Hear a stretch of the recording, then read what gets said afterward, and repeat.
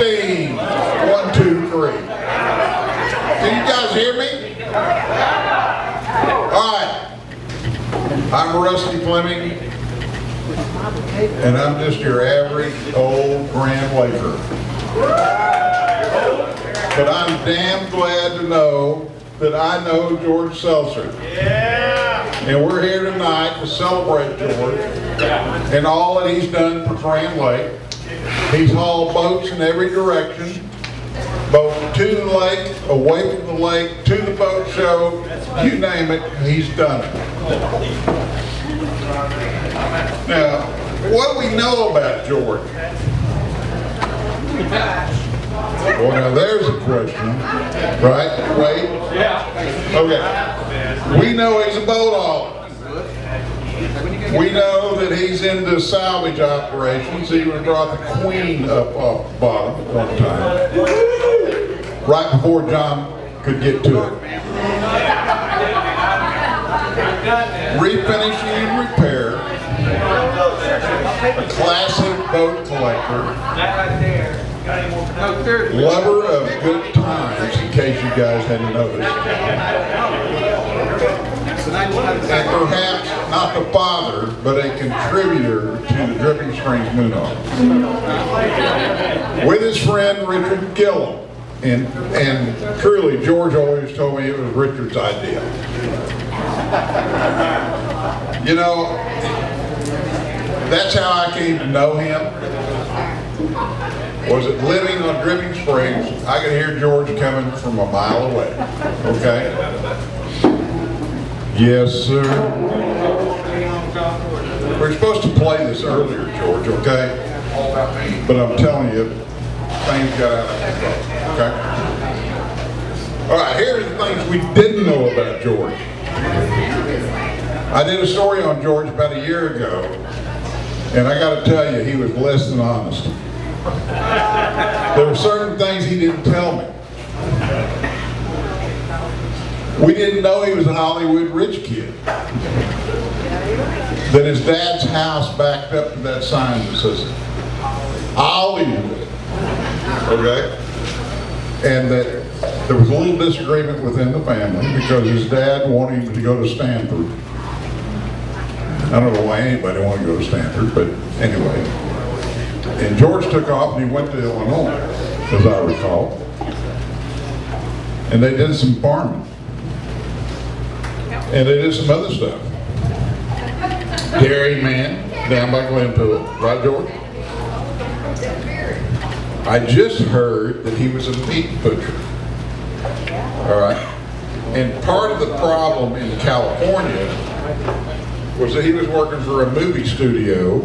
I don't know that he thought he was going to be a star, but that seemed to be better to him than perhaps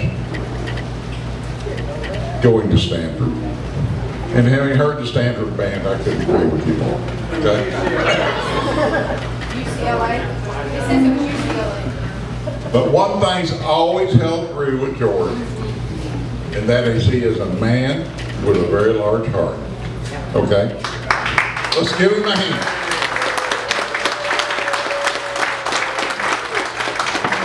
I mean, you people are not here to listen to me tonight. Okay? This is about George Silzer and all the things that he's done for Grand Lake. And you know what? As I always like to say, there's a lot of water that has passed through the turbines, and George has had that in his life. And as it turned out, he did it his way, as Frank Sinatra would say. And he did it extremely well. Now, editorial comment is not something that comes easily for the Lake Bum, but he is here in the audience tonight. Lake Bum, would you have something to say about George? Well, I was going to have something to say, Rusty, but I must have misunderstood when you said you were going to talk about all the things that George has done for Grand Lake. I had a whole presentation prepared. I thought it was all the things George has done on Grand Lake. Yeah, well, I don't know. And I love the fact that we have something in common besides our love of boats and water. we're both idiot children because we both actually worked on dairy farms. Which, you know, only people who grew up on dairy farms can know you don't even have a half a day off. Not even half a day off. And you will never in your life again eat cottage cheese because you know what it is. I don't know how the guy who invented cottage cheese knew when he was done, but I know Borden's used to make us scrape it off the top of our tanks before they would take our milk. So we don't do that. But you know, you take a guy with that kind of work ethic, that kind of background, that kind of history, working 7 days a week, but as Ugly John always trained me, he said you only have to work half days, 12 hours. You know, so and ironically, Ugly John is the one who first introduced me to George, right here at Thunder Bay Marina. And I want to say sincerely, nobody has ever had a better work ethic, nobody's been more honest, nobody has been more straightforward, nobody's been more closed-mouthed when they should be, right? Because we will never know the things that George knows, I promise you. And I tell you what, fruit doesn't fall far from the tree, the same is true of Wade Silzer as well. I'm telling you. These are great people. We are privileged to have known them, privileged to have had them on our lake. And I had no idea why we were having a party tonight for George, and then I found out, sitting over there with Tim Williams from First National Bank, that it's First National Bank's fault we're having this, and I contend it must be a lie. Because they had a plaque that said, "Congratulations to George Silzer on your retirement." Who the hell knew about that? I think that's bullshit. I've called bullshit on that. You too. But we're very honored. Rusty, thank you for letting me be a part of this. John, what a spread. We're so appreciative and we're so proud of you. Thank you. This is an awesome place, an awesome evening with some very awesome people to give our thanks and pay homage to one of Grand Lake's truly greatest, George Silzer. Captain George, we love you, man.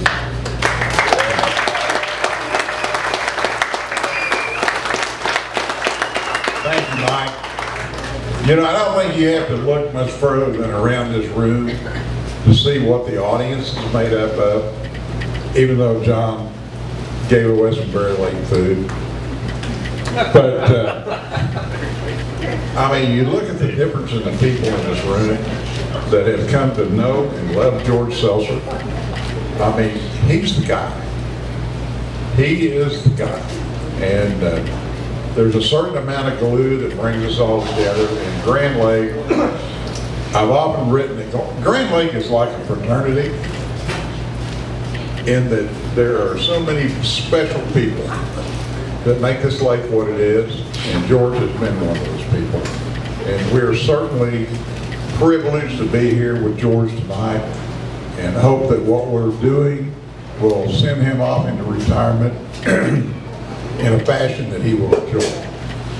But as I tell my kids and my grandkids, the fruit doesn't fall far from the tree.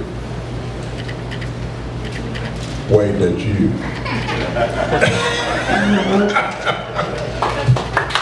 And Wade has been around this lake, and he learned a lot of things that he does from his dad, and a lot of things he's probably never shared with us. Go, boy. I want to thank everybody for coming tonight. I think this turned out to be a really, really nice thing. I appreciate y'all coming to celebrate this deal for my dad. Somewhat emotional, but you guys understand that, I'm sure. And I mean, he's been the greatest. He taught me what I know today, along with a lot of y'all out there. And I'm glad everybody came. I want to thank John particularly for this nice spread. I mean, he's doing this all himself. Rusty for helping put all this together and coming up with the idea. And on behalf of my dad Joe and his wife, my dad Joe, my mom Joe, my dad George, they want to thank all y'all for coming because He probably don't want to get up here and talk right now. He just talk to you in person or whatever. So y'all enjoy, and I think there'll be one more speaker here in a little bit. Thank you, Wade. You know, now we want to talk about the early years. You know, George, in spite of his infection with Lake Tenkiller, he ended up on Grand Lake, or perhaps it's Fort Gibson, whatever the hell it was. Okay. And he ends up here, and one of the first guys that he really bonded with was some guy that went to a class one time, and his instructor told him, you know, you really need a name that will be recognized. And that guy was Ugly John. And Ugly John and George Silzer go back a hell of a long ways. And John, you're on.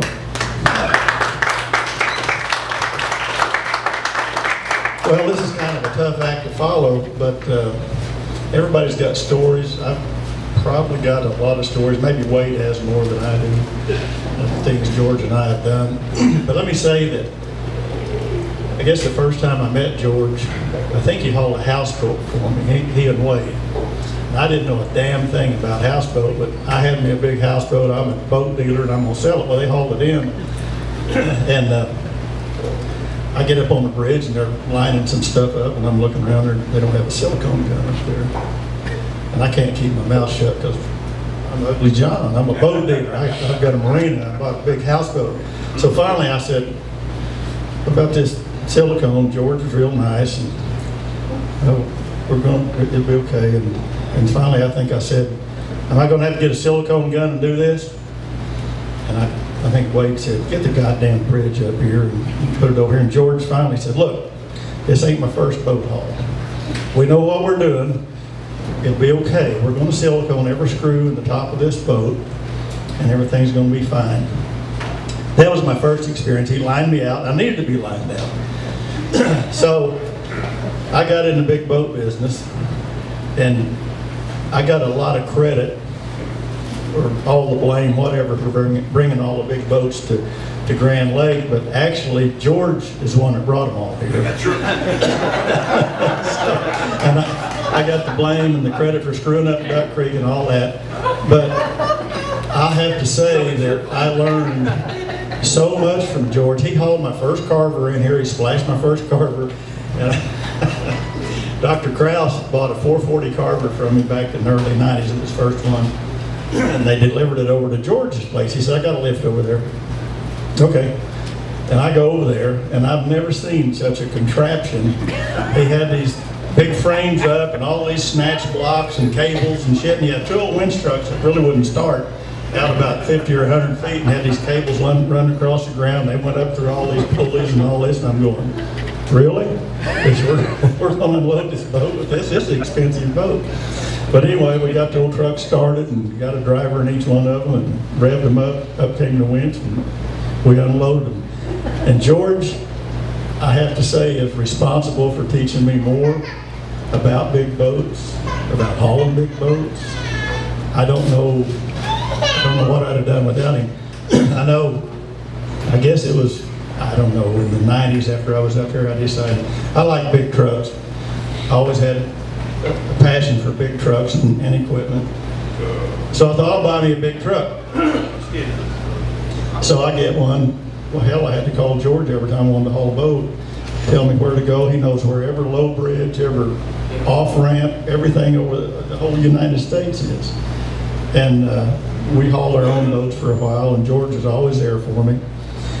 I've loaded him up in airplanes and flown him to Florida, all over. He's gone everywhere with me and helped me work on boats, helped my guys. He used to let me drive his truck. Before I got one, we hauled 2 boats over to Arkansas one time. And there was a low wire hanging across the road, and my load was a little bit high. Anyway, we were going right into Maysville, Missouri, and I hooked the spotlight, and I looked in my mirror, and I saw this line stretch, just like a beanie flip, fiddle string tight. There goes the spotlight over in the field. So I thought, well, hell, I need to get that spotlight. So I stopped down at that little store in Maysville, I was gonna go back and get the light. So I hit the car and go run back up there, and here comes a lady, older lady, and a little kid, and another lady in a pickup truck, an old Ford pickup over the hill, and they see this line down. They lock them up. They spin round and round the road. They go off in the ditch. And anyway, they were all right. So I thought, well, I don't need that spotlight that bad. So I went back. You remember that? I went back and got in the truck. I was going to take off, but my damn trailer brakes were locked up, so I couldn't leave. But anyway, George and I have had a lot of experiences, and I've got a few things here. I've got some timers, so I can't remember everything I'm supposed to say. Well, maybe I did say everything.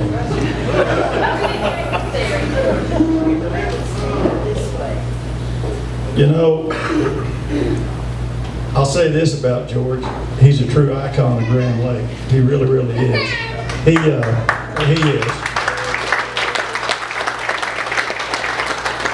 I really don't believe there's ever been anybody that's done more for the boating community on Grand Lake than George Silzer, indirectly or directly. And I mean that, George, you have. He lined me out on a lot of stuff. Hell, he even used to help me look for bulldozers when I was looking for a damn bulldozer. He'd help me. I mean, he's just a friend. Took me down the river with him. He was, he captained boats for a while. I can't say enough good about George Silzer. He's been a true friend. He's always been there for me. And George, thank you. We love you. Thank you.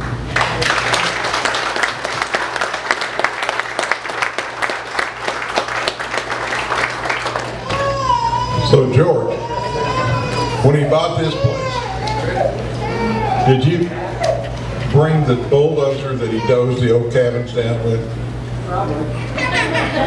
Because I took some pictures of it. We put it on the front page of the Chronicle, and then John threw the damn picture away. Okay, and Now they're files. they're filed. Excuse me, they're files. But George has had an impact on a lot of different people. John is one of them. Obviously, Wade is another. But Joe Harwood, you still in the house?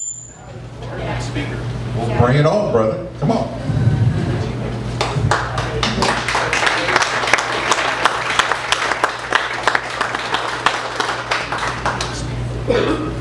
Tell us what you know, but not all of what you know.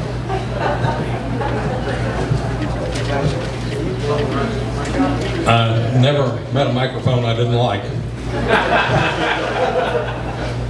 I tell you, as the chairman of the Old Farts Club, this is a wonderful event for a great person. And thought occurred to me, this ought to become an annual event. I've seen a lot of people I haven't seen for a long time. This is a great thing to do, and a lot of wonderful memories. And when I was starting out, I was working on Grand Lake. My first summer was the summer of 1969, and I was working at Beaumar's Marina as a mechanic.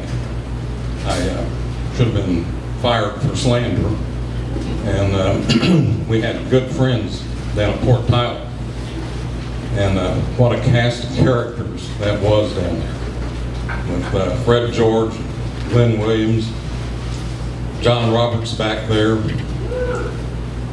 Rick Satterwhite, trying to think who else. Oh, Hux Huxtable.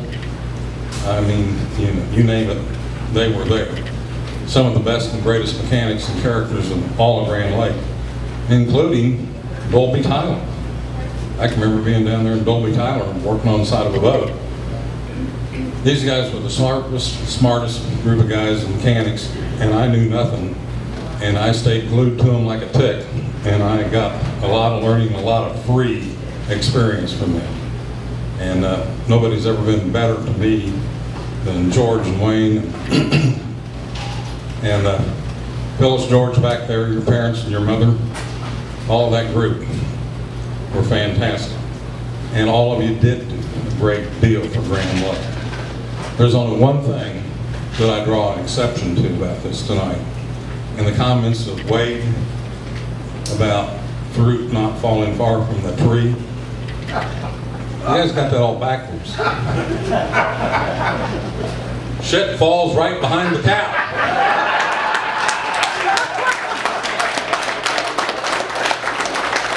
Well, we can't talk that one much, you know?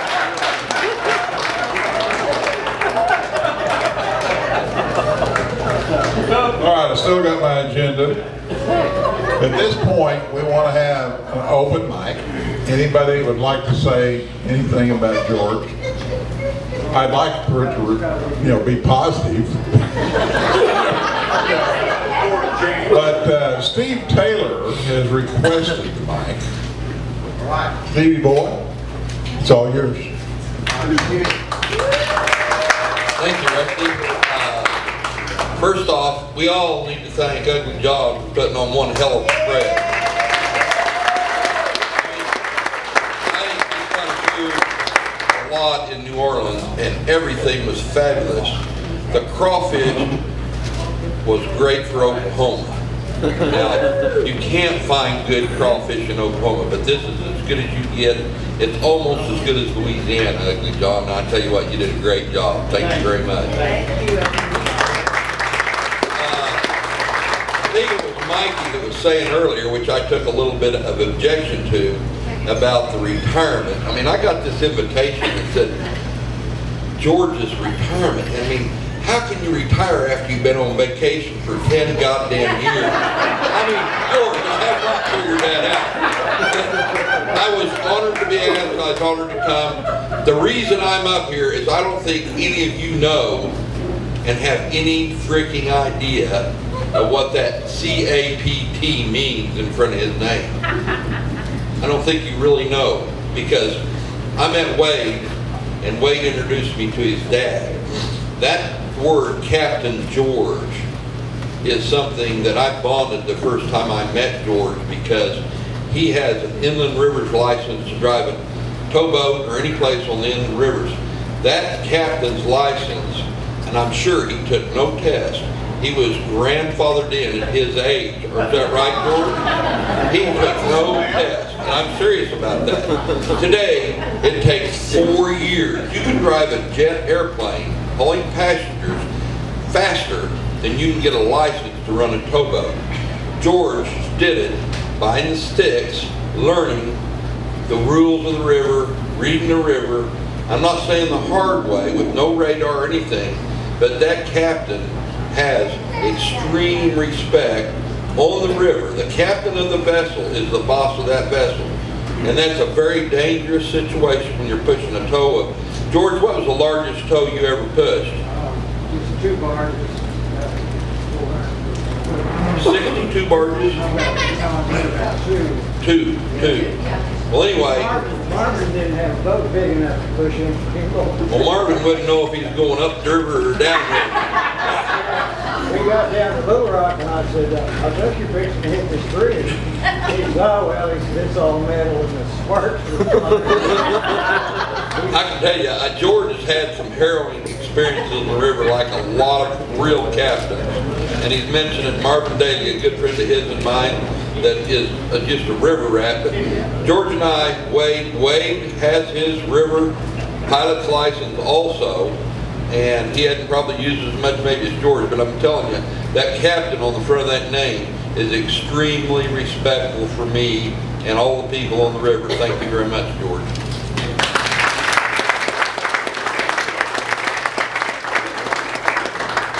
Sorry, I had to get back up here. It reminded me of the most important story. Richard Smith, raise your hand, my CFO. He buys a new 62-foot Tarab or Tarab or whatever the hell it was. And it's in Fort Lauderdale. We're going to take it to Hilton Head. So I'm Ugly John. I know how to drive big boats. So we take off. Is me, Velma, Richard, and his wife. And here we go. I don't know. Where do we get? Where's that? We went for a day. We were inside. We were running the intercoastal. And we hit every damn low spot, tore up propellers. Richard was driving, and he'd hit something, I'd eat his ass out, and he'd scream back at me. I said, stay between the damn buoys. I was between the buoys. Bullshit, you couldn't have been, we hit the bottom. Well, little did I know, I didn't know anything about the moon, the wind, all that shit that makes the water go down. And we finally, I guess we were out 2 or 3 days, and we grounded that boat so bad that we're sitting there and people were going by looking at us like we're crazy. And I finally got mad, and I put one motor in reverse and one motor in forward, and just gave it hell, and the old boat just boom, boom, just walked over on the propellers. I got it into where it would float again, and we went back to Stewart. I said, I'm calling George. And I called George. I said, you got to come bail my ass out again. He said, what's wrong? I told him. He said, well, hell, is it a full moon? Is it this? I said, well, what's that got to do with anything? The channel's marked wrong. So anyway, George flew in, got on the boat with us, and I think, what was it, Richard, $2,600 or $2,800 to have the propeller. Had to hire a diver, send the props off. It was awful. Well, anyway, we get out, we get going again. We got George along, so he pissed a couple of fishermen off, and they came running up behind the boat. We're going to get on the boat and whip our ass because George is in a hurry as usual. He won't get where we're going. So he said, let's go outside and run. It's a nice, calm day. I said, okay. So we go outside. Here comes a hell of a storm. I mean, a bad one. And Richard's wife had all of her little pretties liquid nailed down to all the countertops and all that in there. And it was so bad, we couldn't walk. We had to crawl around on the boat. And all her little pretty things were just flying off, the projectiles flying off the top of the liquid nail. Didn't do anything to hold those things. And George just up there driving. We're taking water clear over the bridge, over us, and I said, why don't we get back down inside and drive from inside? Or maybe it was your idea, it probably was. I was stupid enough to do it by myself. So anyway, we get down there, and we literally, it was so bad, Richard got up on the bridge for something. I said, don't get up there. And I opened the hatch and looked around, and Richard looked like a damn cue ball on a pool table, just banking around, just feet up in the air. And I got a hold of his feet and pulled him down inside the boat and crawled over to the binnacle, and George was saying, he's just driving. He didn't bother him a bit. Anyway, that's the kind of shit George can get you out of. It didn't hurt the boat. When we turned in the cut to go to into Hilton Head, there was a big old tall Hatteras there, and it was laid completely over. I thought the bridge was going to, you remember that? The bridge was going to take on water. We just pulled out and went around him and went on in. He got us there safe and sound. That's just what George is capable of.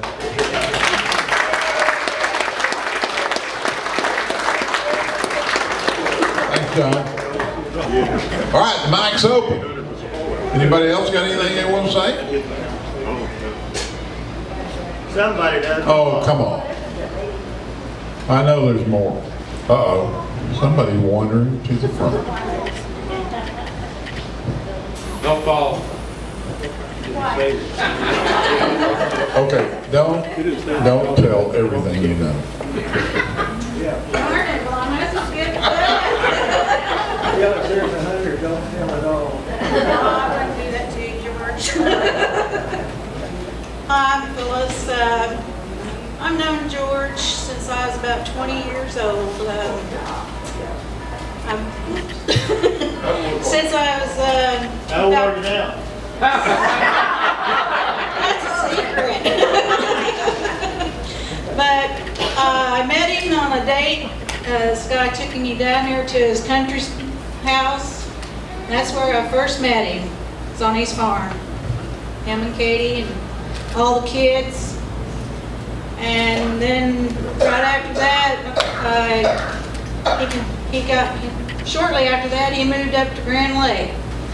And